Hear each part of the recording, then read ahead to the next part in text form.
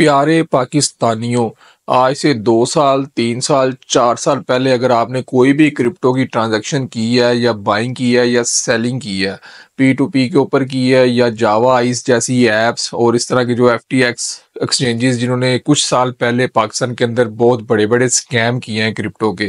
تو اس ٹائم جو ہے نا بائنانس والوں سے ڈیٹا مانگا تھا FIA والوں نے کہ ہم اس سکیم کی جو ہے نا مزید انویسٹیگیشن کر سکیں۔ تو اس ٹائم پاکستانیوں کا جو ڈیٹا شیئر کیا گیا تھا، اب سٹیپ بائی سٹیپ 1 بائی 1 کر کے جو لوگ بھی بائنگ سیلنگ کرتے رہے ہیں 2021 میں یا 20 میں یا 19 میں، تو ان کے بینک میں جو بھی ٹرانزیکشن ہوئی ہیں اس کے اوپر FIA والوں کے اب نوٹسز وصول ہو رہے ہیں کہ آپ نے یہ ٹرانزیکشن کس کو کی ہے، کیوں کیا، یہ اس ٹرانزیکشن کے ساتھ آپ کا کیا لینا دینا، آپ کو اس کے بارے میں مزید جو ہے نا ان ڈیٹیل بتانا پڑے گا ان کو۔ بسم اللہ الرحمن الرحیم۔ السلام علیکم دوستو، میرا نام ہے مبشر۔ اگر ابھی تک چینل کو سبسکرائب نہیں کیا تو پلیز چینل کو ضرور سبسکرائب کر لیں۔ میرے ایک دوست کے ساتھ بھی یہ مسئلہ آیا، اس نے تقریباً 2021 میں کوئی نا 80,000 روپے کی کوئی پیسے بھیجے تھے اور USDT ڈالر خریدے تھے، تو اس نے کوئی نا بائنگ سیلنگ کو جاوا آئس کے اندر اور UK2 گروپ اس طرح کی جو آج سے 2 سال پہلے کافی زیادہ لوگوں کے ساتھ ہوا تھا سکیم پاکستان کے اندر، تو وہ اس ٹائم جو اس نے اس کے اندر انویسٹمنٹ کی تھی 80,000 روپے کی اماؤنٹ تھی، تو اس کو جو ہے نا مکمل سٹیٹمنٹس کے ساتھ بینک سے اس کا نمبر نکالا جاتا ہے، اس نمبر پہ آپ کو FIA کی کال آتی ہے اور آپ کو ساری ڈیٹیلز پرووائڈ کی جاتی ہیں کہ یہ رہا آپ کا وہ ڈیٹیلز، آپ کی بینک سٹیٹمنٹ، آپ نے یہ بتانا ہے کہ آپ کا یہ جو 80,000 کی اماؤنٹ تھی یہ آپ نے کیوں بھیجی، اس بندے کے ساتھ آپ کا کیا لینا دینا، آپ ہمیں آ کے ملیں۔ تو اس نے پہلے تو اس کو فیک لگا، واٹس ایپ کے اوپر انہوں نے میسیجز وغیرہ کیے، ساری ڈیٹیل انہوں نے پروف دیے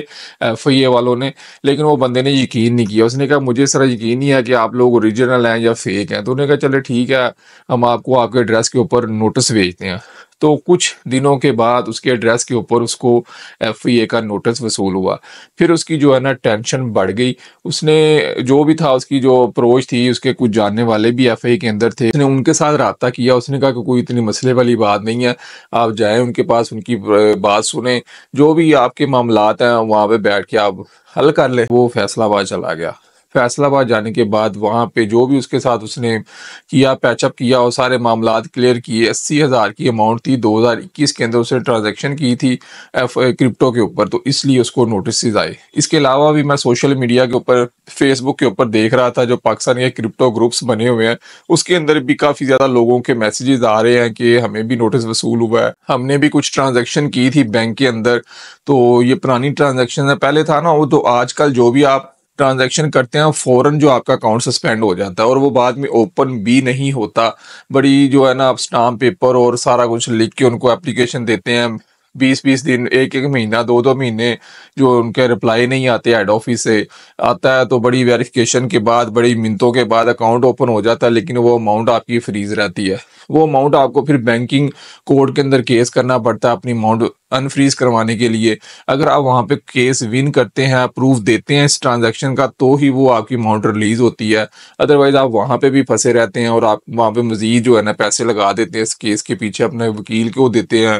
یا جو بھی کورٹ کی فیس ہے، جو بھی معاملات ہیں وہاں پہ آپ ایکسٹرا پیسے لگاتے ہیں، لیکن وہ آپ کی اماؤنٹ ریلیز نہیں ہوتی جب تک آپ ان کو پروف نہیں دیتے کہ یہ کس چیز کی اماؤنٹ ہے، کہاں سے آئی ہے، کیوں آئی ہے، کس نے بھیجے۔ کچھ سال پہلے جو جاوا آئی ایپ، اس طرح کی اور بھی کافی زیادہ ایپس آئی تھی جہاں پہ پاکستانیوں کے ملینز آف ڈالر جو ہے نا ان کو لاس ہوا تھا، بہت زیادہ لوگوں کے ساتھ اس ٹائم ہوا تھا سکیم۔ تو ہماری جو ایجنسیز ہیں انہوں نے پھر بائنانس سے ڈیٹا مانگا، جی ہمیں بتائیں یہ کن کن لوگوں کے ساتھ کتنا سکیم ہوا ہے، ہم ایسٹیمیٹ لگا سکیں اور ان کو ان کے لاسز ریکور کر سکیں۔ تو اس ٹائم یہ جو ڈیٹا شیئر کیا گیا، تو اس کو جو ہے نا آج آپ پاکستان کے اندر وہ چیزوں کو یوز کیا جا رہا ہے کہ آپ نے یہاں پہ کیوں لگائے ہیں پیسے، کیونکہ پاکستان کے اندر ابھی تک جو کرپٹو ہے نا لیگل نہیں ہے، اس کے اوپر بات چیت ہو رہی ہے، ان قریب یہ جو ہے نا لیگلائز ہو جائے گی، لیکن ابھی جو ہے نا آفیشلی جو اس کے اوپر جو لوگ بائنگ سیلنگ کرتے ہیں وہ سارے کا سارا منی لانڈرنگ میں چلا جاتا ہے اور آپ کے اوپر مختلف قسم کے کیسز اور بہت زیادہ مسئلے مسائل میں آپ پڑ سکتے ہیں۔ تو اس لیے جو ہے نا ابھی تک ان چیزوں سے دور ہی رہیں۔